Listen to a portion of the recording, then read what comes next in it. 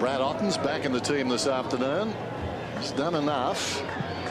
He started with King on the bench and kicks a goal.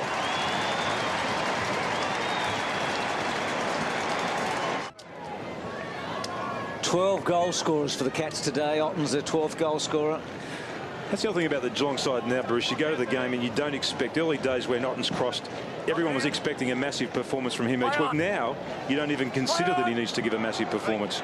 He must feel like he really belongs, which is a good thing because he's a high-quality footballer, isn't he? But he's been a bit maligned. Porplesia ridden hard by Harley. Thompson to McLeod to Knights. Did well there, Knights, and then unloads to full forward. I'll say it for the last time, for a fit Brett Burton in the last 5 minutes. He obviously is injured because once they took him off the ground, they probably forfeited any chance they had. He was so dangerous in the early part of this final term. Joel Corey's the other bloke who's gone from being a B-plus type player to an A-plus player in their midfield. They've all stepped up, haven't they, this year? Those that might have been C-pluses are now B-pluses. Thinking of blokes like Kelly and that. They're a good, even team, aren't they?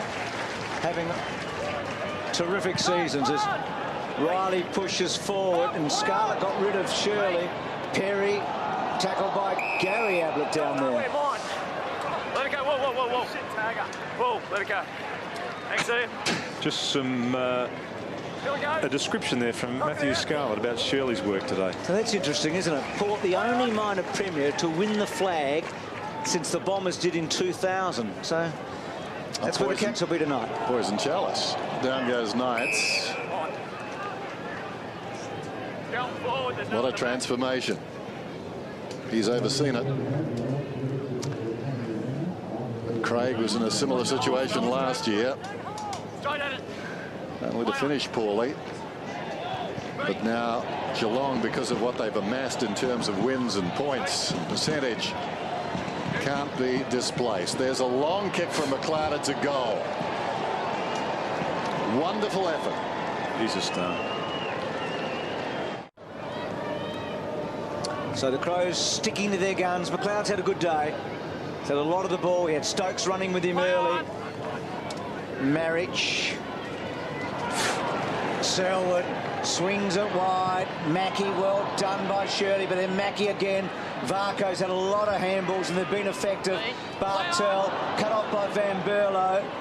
Douglas, he's just struggling to really get a whole lot of footy at the moment, but he's been played in a tough position at times. John Cock had it cut off. Varco pushes forward.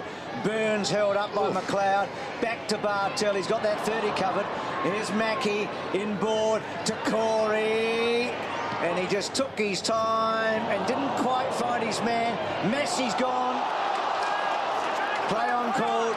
Varco almost. The Cats trying to work it forward. Stokes can't. Got the footy. Mine. And a ball up. Let's have a look at your top four for the day, Tim. Well, Bartel is the #1 player in my mind on the ground today. Had 31 disposals. Corey has been magnificent. 11 clearances. John Cox had 30 touches too. And I've just loved the work of Selwood. Johnson snaps. Goes at right angles and getting back in the nick of time. McLeod did brilliantly. So the margin is 31 points, and I suppose on balance of play, that may flatter Adelaide. Although, having said that, I was trying to find an analogy that would describe the afternoon. It's been very confusing, I think. It's a bit like me asking Michelle Pfeiffer to dance, and she says yes. Not something that had crossed my mind, so I'm totally confused. They just haven't taken their opportunities, Adelaide. They've had a few this afternoon. As Stevens goes around the outer side towards half forward. Griffin, well, it's a young body and was treated as such. Wojcinski, Enright to midfield. Johnson demanding runners, then decides he'll run himself. He was using them as decoys. Selwood, Barco. He needs a goal. He's done some good work on the forward line and he's missed. I'm still tied up with Michelle Pfeiffer. I don't know about you, Tim. No, I reckon if she said yes to your proposal for a dance, you'd soon work it out, Dennis. Do you think I would? McLeod long. Good mark taken by Stevens. He's battled on well, Stevens. To Shirley. running hard. Varco, great chase to put the pressure on, and then Scarlett gets rid of Gould. Back to Enright. Switches it. Bartel got a bad bounce. Portlesia and Bartel, two of the stars of the day. Johnson to Scarlett, whose goal on half-time was a big moment in the match, wasn't it? Milburn to Selwood to Bartel. How many's he got? He's got 35. Yep. But he's slaughtered that first time to 30. Varco getting better. Look at that handball long. Did set Burns up a bit. Johnson got a high one. Right. It's a bit of showtime now, isn't it? You know, the other feature, Macca, about their midfielders is how prepared they are to actually put their nose over the ball. All of them, all of the guys that they play in the midfield are quite happy to go put their nose over the ball and win a hard ball.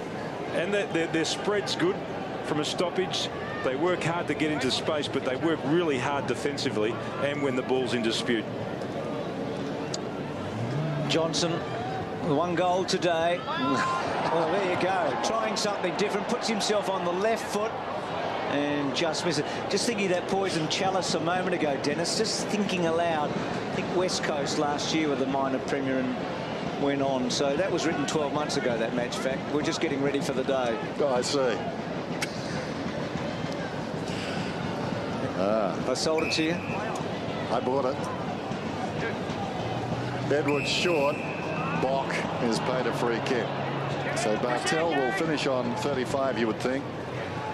His career high 38 against the Western Bulldogs, round 16 earlier this season. We saw that on Friday Night Football. Had a stellar year.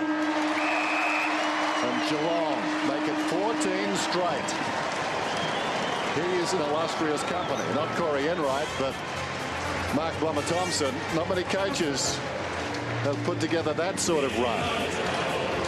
Full time at Skill Stadium. Geelong carry all before them. 15-13. Adelaide 10-10.